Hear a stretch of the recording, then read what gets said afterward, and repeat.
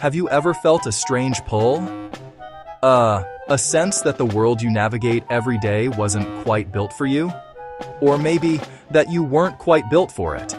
You sit at your desk, the glow of the screen illuminating your face. An inbox counter ticks past 300 unread messages. Notifications flash, demanding your immediate attention. Your calendar is a fortress of back-to-back meetings. In this digital storm, you feel a deep, gnawing sense of overwhelm. This feeling isn't a personal failure. It's not a sign that you are broken or uniquely incapable of handling modern life. It is, in fact, a whisper from your own deep past. It's the ghost in your machine. This ghost is the ancient operating system of your brain, a system that was coded, tested, and perfected over hundreds of thousands of years for a world of caves, savannas, and small, tightly knit tribes. A world where the most pressing notification was the rustle of a predator in the bushes, not a new email from your boss. This ancient software, once our greatest survival asset, is now running on hardware it was never designed for. The result is a profound and often painful mismatch. What if I told you that your greatest weaknesses today were once your ancestors' greatest strengths? That the impulse you fight, the distraction you curse, the burnout you endure are all echoes of superpowers that kept our species alive? In our journey together, we will explore this fascinating paradox. We will look at 5 fundamental human adaptations, 5 traits that were once the pinnacle of survival strategy, and see how they have been twisted and overclocked in our mismatched world. First, we will examine the instinct for speed. Our brains are wired for rapid-fire decisions, a trait honed for a world where hesitation meant death. But in a digital life that floods us with infinite inputs, this need for speed turns into twitchy, reactive overload.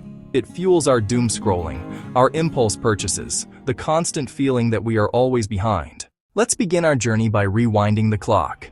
Imagine yourself not in an office, but on the vast, open savanna of the Pleistocene. The sun beats down, and the air is thick with the scent of dry grass and distant rain. Your small band of hunter-gatherers is on the move, your senses tuned to the world with an intensity we can barely comprehend today. Every sight, every sound, every smell carries vital information. Survival is a game of moments, a high-stakes dance where the currency is not time or money, but life itself. A rustle in the tall grass. Is it the wind, a harmless rabbit, or a lurking lion? A flash of movement in the distance. Is it a rival tribe, or a herd of gazelle, your next meal?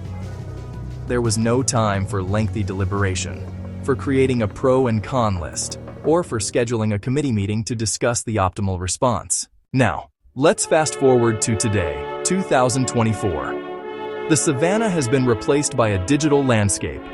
The rustle in the bushes has been replaced by the ping of a notification.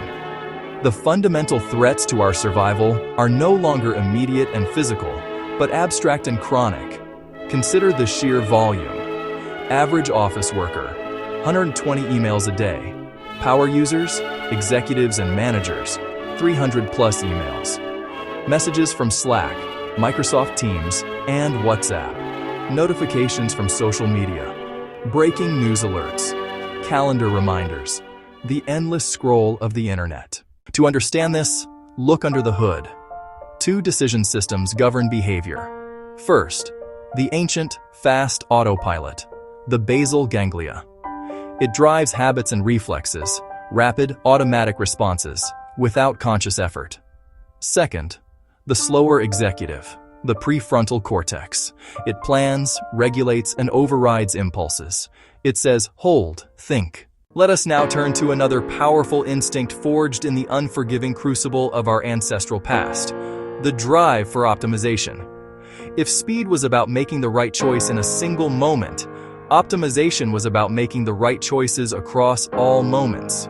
It was the art and science of survival, the ruthless pursuit of efficiency in a world where every calorie, every tool, every minute was a precious, finite resource. We now live in a world that is the polar opposite of the one that created our optimizing brains. The foundational problem of scarcity has, for many of us, been replaced by a new problem: overwhelming abundance. And this abundance has created a bizarre paradox. Walk into any bookstore or browse any app store, and you will be bombarded with promises of a perfectly optimized life. There are 1,000 different project management systems, from complex digital platforms like Notion and Asana to meticulously structured analog methods like the bullet journal. To understand why we get so easily trapped in this cycle, we need to look at the chemistry of our brains. The key player here is a neurotransmitter called dopamine. Dopamine is often misunderstood as the pleasure molecule, but that's not quite right. It's more accurately the motivation molecule. Each little tweak, each minor improvement, delivers a tiny hit of dopamine. Your brain, following its ancient programming, interprets this as progress. It feels like you are accomplishing something important. But you are not hunting a mammoth. You are just changing the color of a digital tag. Let's continue our exploration of our ancient minds by examining a trait that feels quintessentially human: the desire for choice. Imagine our nomadic ancestors moving across a vast and varied landscape. Their survival depended not just on finding resources, but on finding the best resources available. The bands that thrived had an innate curiosity, a drive to explore over the next hill and to see what lay in the next valley. They were natural-born samplers, always on the lookout for a richer berry patch, a more reliable water source, a stronger potential alliance with a neighboring tribe. The fundamental shift that turns this adaptation against us is the explosion of abundance. Our Stone Age brain was built to compare a handful of meaningful options, but now stands paralyzed in a modern supermarket aisle, an ancestor choosing between 3 edible berries: berry A, berry B, berry C. Today you stare at 175 salad dressings: creamy Italian, zesty Italian, light Italian, organic sun-dried tomato vinaigrette. The cognitive machinery to evaluate this is immense. This phenomenon of choice overload isn't just a feeling. It has been brilliantly demonstrated in a classic psychological experiment.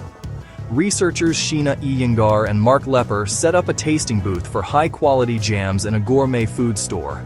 They offered a dazzling array of 24 jam varieties on some days. On other days, they scaled it back to just 6 varieties. The results were a stunning illustration of how our choice-seeking brains backfire when overwhelmed. The big display with 24 jams attracted more onlookers. But when it came to actually buying, the story reversed. Only 3% of shoppers at the large display bought jam. At the booth with 6 jams, 30% of shoppers bought jam. That's a tenfold increase. Let us now delve into one of the most celebrated yet misunderstood instincts: the drive for autonomy. In the rugged world of our ancestors, the tribe was everything. It was the source of safety, food, knowledge. To be part of the group was to live. To be cast out was, in most cases, a death sentence. Woven into that need for community was a fierce, almost defiant self-reliance. It allowed an individual to survive when the tribe failed them. A violent raid that scattered the group. A necessary but perilous solo hunting expedition. The ultimate punishment of exile. Now, let's bring this ancient instinct for fierce self-reliance into the 21st century. The environmental shift has been profound. The tribe has been replaced by the global corporation, and the savanna has been paved over by the digital marketplace. In this new landscape, our deep-seated admiration for autonomy has been co-opted and amplified into a powerful cultural ideal. We no longer just respect the lone survivor. We glorify the solo CEO. The gig economy, entrepreneurship culture, the rise of remote work. The message is clear. True success means being your own boss, building your own brand, relying on no one but yourself. Here we find the painful backfire point of our overclocked autonomy. The very hustle that is glorified as the path to freedom is leading to unprecedented levels of burnout and isolation. Studies have shown that entrepreneurs and gig economy workers burn out at a rate nearly twice as fast as their traditionally employed counterparts. The data on our social health tells a stark story. We are more autonomous and more isolated than ever. Sociologists track a dramatic decline in core social circles. In 1990, the average American had about 6 close friends. Today that number is 3. For many people, the answer is zero. Finally, let us examine an instinct so fundamental that we often mistake it for a modern moral failing: the deep, powerful, and utterly rational drive for convenience. In our productivity-obsessed culture, we often label the path of least resistance as sloth or laziness. But for our Paleolithic ancestors, conserving energy wasn't a weakness. It was one of the most intelligent survival strategies they possessed. In a world defined by scarcity and the constant threat of famine, every calorie was a precious unit of life.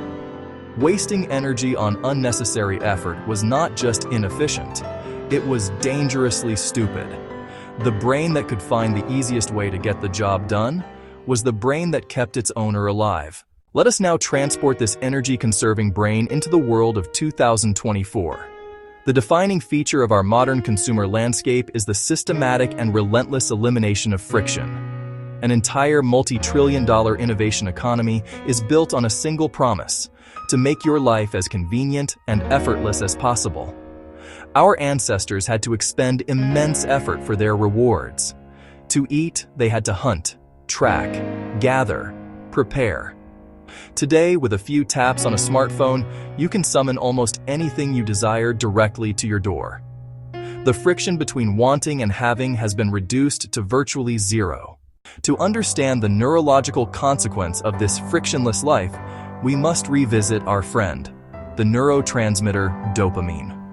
When we constantly bombard our brains with effortless pleasures, binge-watching a show, endlessly scrolling social media, eating hyper-palatable processed foods, our dopamine receptors can become less sensitive. This downregulation underlies the feeling of flatness many people experience. Last night's thrilling binge feels empty tonight. The takeaway you were excited for gives a fleeting high, then hollowness. You need a bigger, more intense, or more novel stimulus to reach the same satisfaction. The profound contrast between our lifestyle and the one our brains were built for is vividly illustrated by modern hunter-gatherer groups like the Hadza people of Tanzania. They live a life that is, in many ways, a window into our deep past. Anthropological studies of the Hadza provide a stunning piece of trivia. The average Hadza adult walks around 6 miles every single day, just as part of their normal routine of foraging and hunting. They do this without gyms, without fitness trackers, and without any concept of working out. Their lives are filled with necessary functional effort.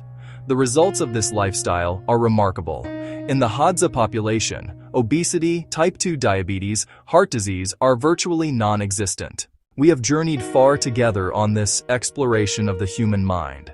We have seen how 5 of our greatest ancestral strengths, speed, optimization, choice, autonomy, convenience, have become the silent saboteurs of our modern well-being. The central truth we have uncovered is that you are not broken. Your anxiety, overwhelm, restlessness, they are the predictable, logical consequences of a profound environmental mismatch.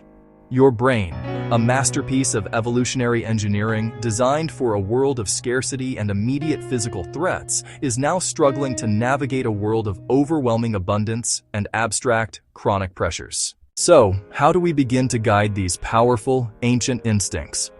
The solution is not a radical overhaul of our lives, but a series of small, deliberate, and compassionate adjustments.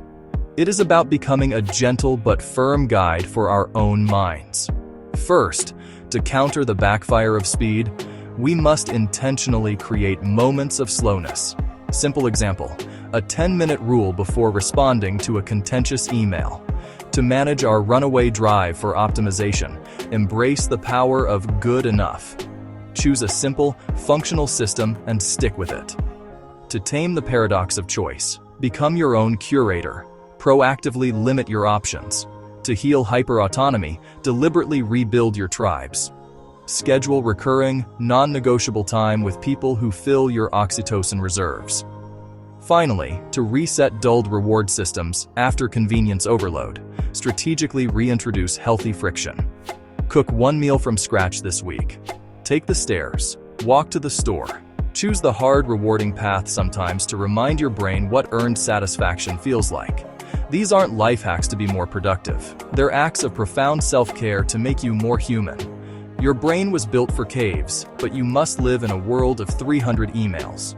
With awareness, compassion, and small, deliberate actions, you can learn not just to survive, but to thrive in this mismatched world, turning ancestral superpowers back into the assets they were always meant to be.